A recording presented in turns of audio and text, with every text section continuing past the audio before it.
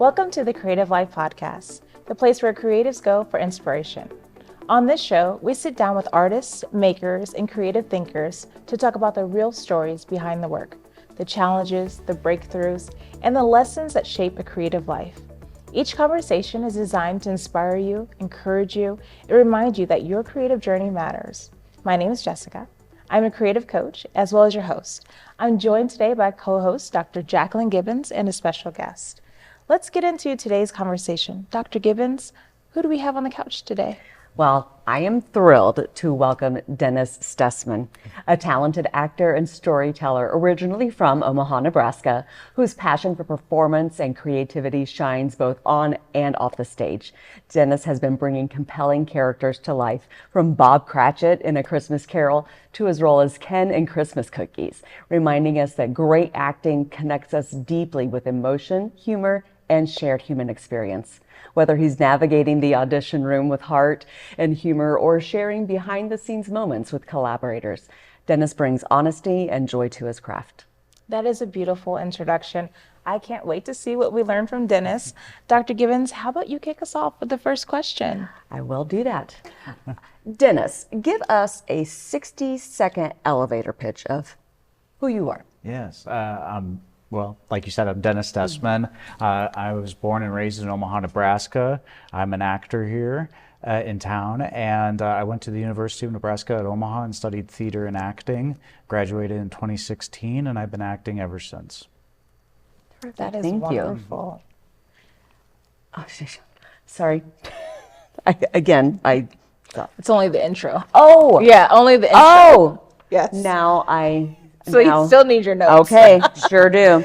Don't worry, people. This is just our first episode back after vacation. Season It's three. season 3. You're our kickoff. Yeah, Yes. How lucky do you feel now? I feel great about that. All right. Okay, I got it together. So, Dennis, when did you first realize that you wanted to pursue acting? Yeah, from a very early age, I've always had a really big imagination, and it wasn't until like I got introduced to Steven Spielberg blockbuster movies like Jurassic Park, Jaws, even Saving Private Ryan, obviously older at that time.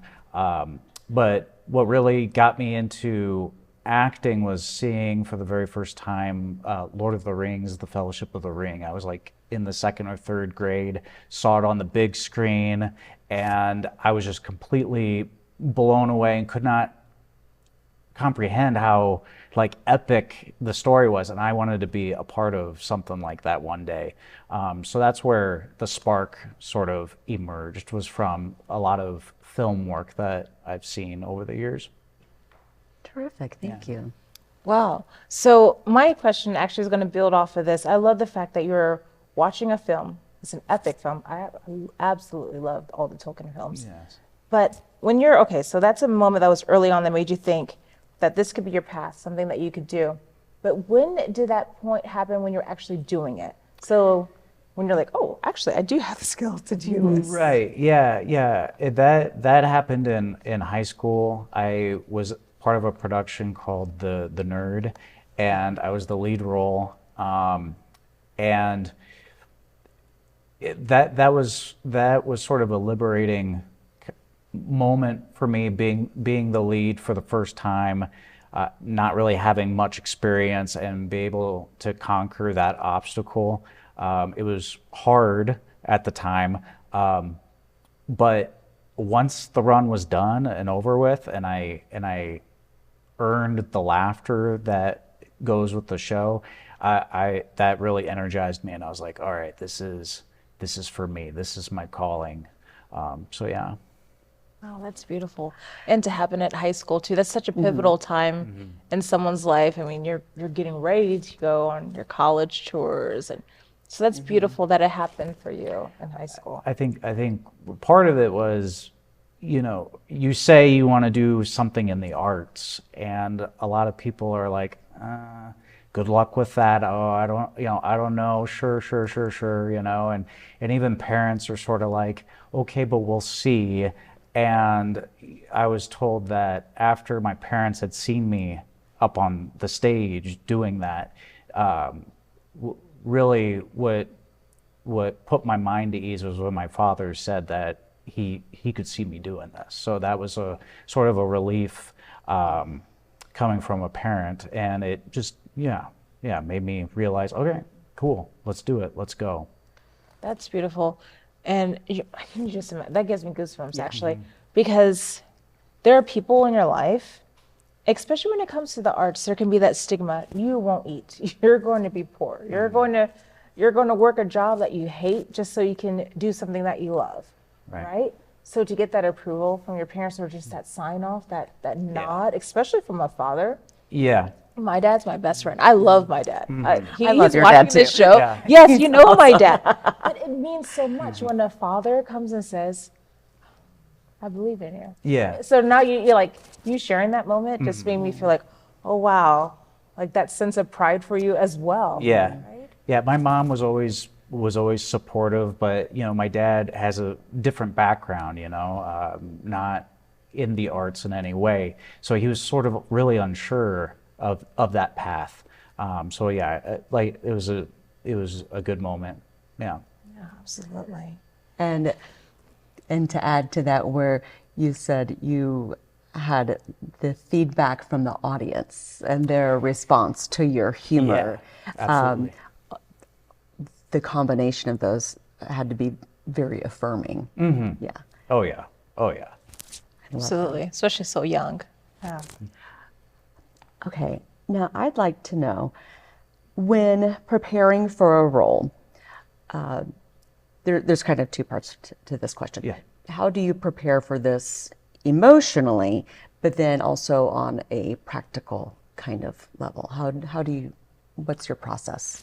Yeah, it varies from role to role. I've done serious shows like about the Holocaust, for example. Did a show called God on Trial, and we were in the camp, and that the whole story takes place in that. So, I have no relation to that time period, or so it was just trying to pull from my own experiences of where I felt lost, or where I felt misunderstood, or where I felt like there was no light at the end of the tunnel, and just kind of would draw on those sorts of experiences. And then if it's something more like, say, Ken from Christmas Cookies, or Elgin from Agatha Christie's Spider's Web, I just draw from energies I get from friends and family. Those are a little bit more uplifting characters, and I seem to really sit well in that category. So it all starts there from the mind of in the emotion, and then now I put it into practice, into play of going through the script, doing the character analysis. How would I react in this certain way? And then what's really fun is, after you've done that work in the rehearsal space, you get to feed off of other actors' energy from that. And then sometimes they may not respond to what you do, and that's okay. That's cool. That opens up another opportunity for you to feed off of what they're giving to you, and that's happened quite a bit, especially in Christmas Cookies. There was moments where you can feel that draw between two actors, and that's what makes it so much fun. So you use a term called character analysis, and we have lots of people that are at home watching this, creatives, some that are far along in their journey, some that are earlier on in their journey. So can we just extrapolate, what does character analysis mean to you, and how can they apply that at home or learn more about that? Yeah. Oh, yeah, of course. So that's a tough question. There's so much to it. It could be as it could go from what is their relationship between the other actors? What is their job? What is their it could go as something as detailed as what's their favorite food, or what time do they wake up in the morning, and why are they groggy all the time? Why are they happy all the time? And then once you kind of ask those questions, you can go dive into the text and see the the context clues of the feedback of all of that. What's going on in the world? What are the outside influences that are affecting me in some way in relation to the story? Once you answer those questions, that's going to really help you go through that journey of becoming the character. You just can't walk in and expect to be the character. Maybe you can, I don't know. That's not for me. I need to do some homework for that to happen.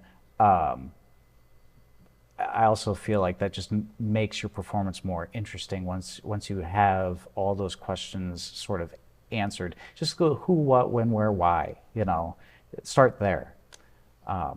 Yeah, and it also deals with writing notes in your script.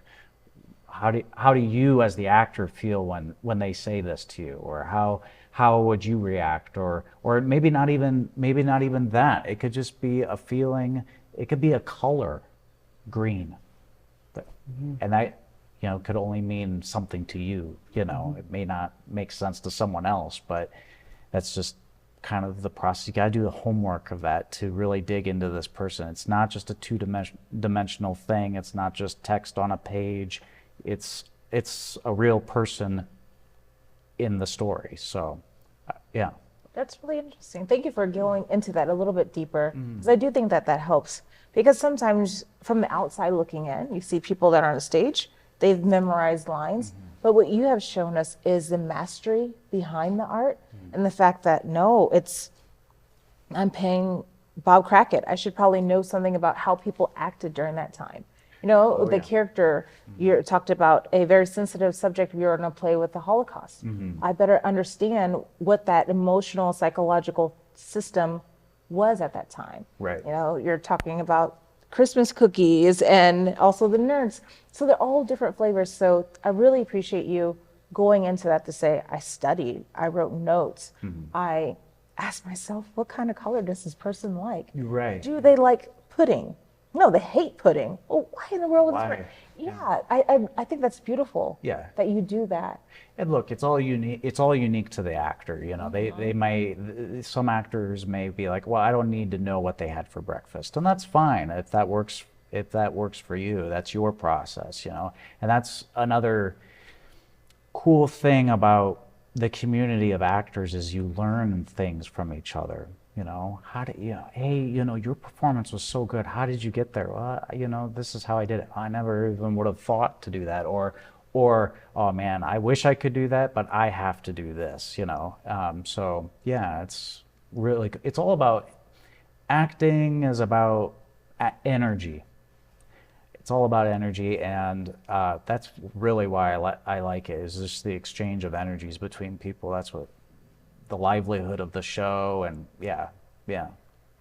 Something that I liked when discussing the character and script analysis, you're saying that just you as a person, how do I feel when I read this line? And thinking of the audience. Yeah. When the audience hears this, how will that be received? Or the writer and the director, what is their intent? Right. What are they hoping the audience, what reaction or what emotion will come from this? So preparing for the character is not just the character itself, but the energies of everyone in that room. Absolutely, and if you have a good director, they'll direct, push you in the right direction, and yeah. So that's great. Thank you for that. So thinking alongside of scripts and roles, how do you actually choose your projects? Which ones, how do you know, hey, I see that and I want to go after that, but how do you, as Dennis, make those decisions? I just love it so much that I want to do it all. Which is not really a great answer. That's really not a great answer. You should really be like, well, this is my category. This is what I look for. This is what I play. But I love it so much that I like doing the dramatic roles. I like doing the comedy and making people laugh. It just kind of depends on what sparks my interest at a particular time. I could be like, well, I've done 2 comedies. I made people laugh a lot. Maybe I want to go deeper and do something a little bit more suspenseful and you do something like that instead. That's how I would answer that. Yeah. Interesting. Yeah. I like that because you're not saying I am strictly this. As an artist, you're honoring your evolution. Right. And you're seeing possibilities. Yes. And I felt really great when I did these particular roles. How will the experience be for me if I were to choose this role? Right. You just are pushing your own boundaries, Yeah. seeing where it takes you. Yeah, absolutely. Yeah, because there's the artist side of it and then there's like the business side of it. And on the business side of it, they need to market you a certain way. So that's what that comment was about, where you should really find that group or that category that they could put, he's a serious actor, or he's a funny actor, or he's more romantic, that sort of thing. But as an artist, yeah, you want to grow, you want to master your craft as much as possible. So that's just something that people tend to forget, that there's a business side of it, and then there's also like a romanticization of acting. And I'm a romantic, so that's like something that I really, like. I like reading the scripts. I like doing all the work that goes with it. But on the business side of it, you got to market yourself a certain way. So there's sort of a push and pull on that. So Sure. That's understandable. So we do have a next question, but I feel like you just gave us an Easter egg when you're talking about the business side of things. We have time. Go do yours, and then we're going to come back to this business question, Okay, Dennis, yeah. because I feel like absolutely. they match together. Yes. I think they match. When you are feeling stuck, where do you go for inspiration, or what do you do? A lot of the times I'll listen to different kinds of music, but mostly I try and get myself out of the apartment, get out, go on a walk, go grab dinner somewhere, hang out with friends. Coffee shops are great. Coffee shops, just people watching. And again, I'm kind of a romantic, so I'm not only in a coffee shop, I'm smelling the coffee. I'm taking in that aroma. Someone had to grind the beans to make the coffee, and in a way, I'm like, oh, that's kind of art in a sense. That's cool. That's inspiring. And then that kind of gets my juices flowing, or just recently I went to the Jaws and Art Museum and seeing all the art there, and that's not my medium. I'd like to dabble in that. I'd like to try that out, but just seeing all the textures, all the colors, all the different kinds of movements and whatnot is also just really inspiring. Whenever I'm stuck, I feel like I'm not in my artist mindset, so I kind of need to immerse myself in some kind of art to recharge myself, essentially. It sounds as if you have a change of scenery in some sort, and you heighten your senses to actually discover the creativity that's all around you. Absolutely, yeah. Wonderful. I'm going to add a layer onto her question that connects to what you were talking about, business. Yeah. So you talked about being stuck creatively, but what happens when you get stuck because you can't get the roles that you want to get? Like, there are people, they just want to break. They've gone to 5 auditions and it's been no, and they feel like they're stuck. What about those individuals? Do you have any insights, or have you ever been there? Oh yeah. You don't get of course you don't get every role that you audition for. It's a good question. I view it kind of like, it's part of the job. You know, rejection is part of what it is. And if you get the role, it was meant to be, right? And if you don't get the role, and even if you did a great audition and you just didn't get it, it's just the stars weren't aligned for it. That's the easy answer.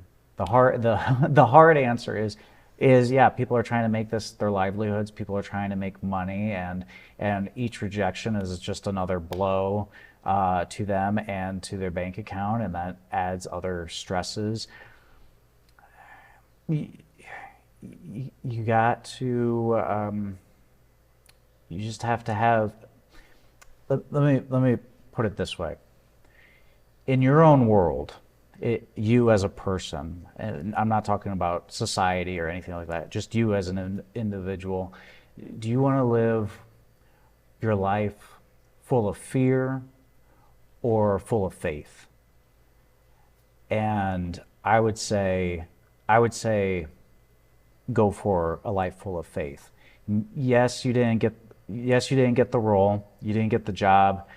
Yes, that's going to hurt your bank account, but if you look at it from a perspective of abundance rather than lack, then good things are going to happen to you eventually. And just because you audition 5, you may get the role the 6th time. You may not.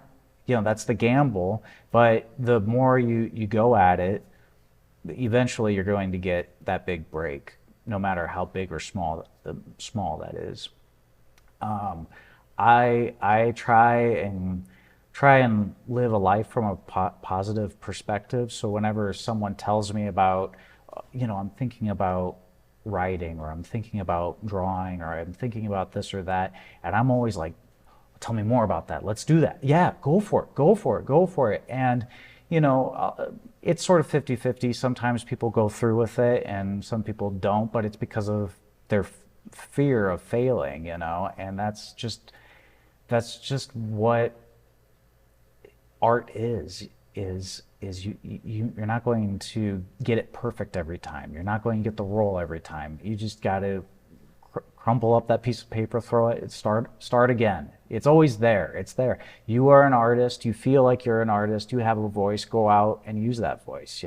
Don't shroud yourself in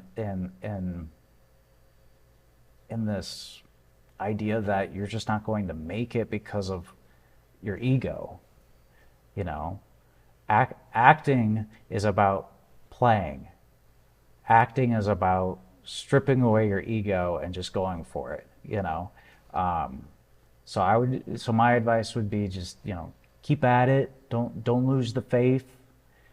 And treat people with respect along your journey, because if you are running down on a hard time, someone will be there to help pick you up.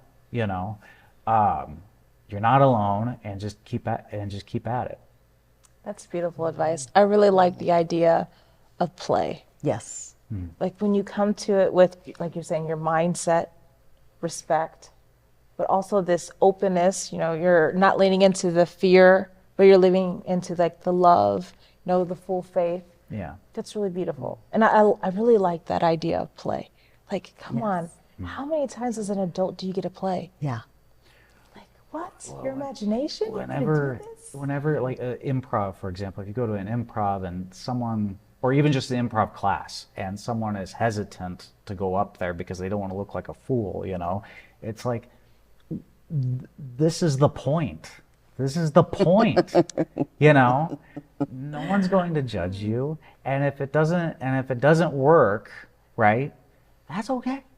It was just an idea. It didn't work, so let's start with another idea. It's fine. It's okay. You said shedding your ego. Yes. Yeah. And you absolutely have to do that. Yes. Mm-hmm. Well, and I have to check myself, because I'm really a head forward actor. So sometimes I get lost in my head a lot, and that really can constrict you. So you have to like be a little bit more loose, and I have to remind myself, okay, I just need to relax my ego's getting in the way. We're here to play. We're here to have fun. Go at it. Yeah. There's nothing to it. Don't put so much fear around looking weird or foolish. That's the other thing is it's a blessing. I mean, we get to play. So go play and respect it, So, yeah.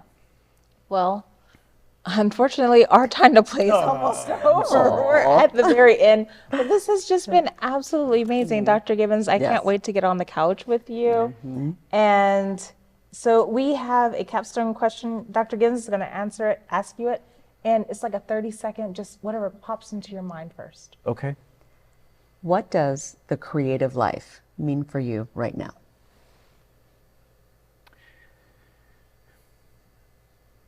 The creative life for me right now is being loud and no excuses. I love that. Loud and no excuses.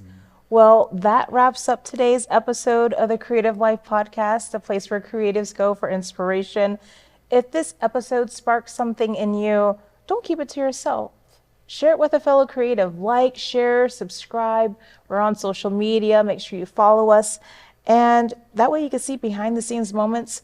We're out exploring this beautiful city. I tell people, hey, the dark ages of 2020 is over. We have a beautiful city to explore. So follow us on social media at the Creative Life Podcast Omaha. We're also streaming wherever you find your podcasts. And with that, we say thank you and see you later, creatives.